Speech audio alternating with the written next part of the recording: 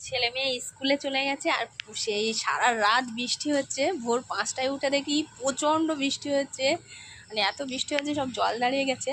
আর এখন আমি, ওরা স্কুলে চলে গেছে, 7টা 7:30 বেজে গেছে। তো এখন আমি কি করি দেখাই। গুঁড়ি গুঁড়ি বৃষ্টি হচ্ছে, আর এই প্রতিদিন ভিজে ভিজে না শরীর খারাপ করে যাচ্ছে। এই যে কালকে একটা এখান থেকে আম পেড়ে, মানে আম পেকে গিয়েছিল, পেয়েছি। আর আজকে একটা এই যে পড়ে আছে। আমি পাখিদের খাবার দিতে এসেছি, এসে দেখেছি যে আমটা পড়ে আছে, মানে হলুদ হয়ে গেছে, পেকে গেছে। তো অতটা ভালো নয় আমগুলো, মানে টেস্ট অতটা ভালো নয়। এখনও আছে গাছে আম, মানে আমগুলো এবার পেকে যাবে, আবার বোল হবে। এই দেখুন, এই যে হলুদ মতো হয়ে গেছে আমটা, এও পেকে যাবে, এও কালকে পরশু দিন পেকে যাবে। থাক গাছে, সব পাক ধরে গেছে।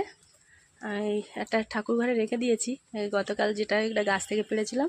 এই দেখুন সব হলুদ হয়ে গেছে, সব হলুদ হয়ে গেছে আমগুলো, সব আমগুলোই হলুদ হয়ে গেছে। তো গাছ থেকে পড়লেও কুড়াতে বেশ ভালো লাগে। সেই 5:30 থেকে ভিজছি, আর জামা কাপড় সবই ভিজে গেছে। এবার শাড়ি চেঞ্জ করব, করে একটু জপের মালা জপ করবো। আর আজকে সেন্টারে যাব না, কারণ আজকে মিটিং আছে, তো এমপিআর মিটিং। তো 2টোর সময় তখন যাব। আর এবার এখন চেঞ্জ করে নেবো, আনালে শরীর খারাপ করবে। প্রতিদিন সেন্টারেও যাই এরকম ভিজে ভিজে, সব ভিজে গেছে।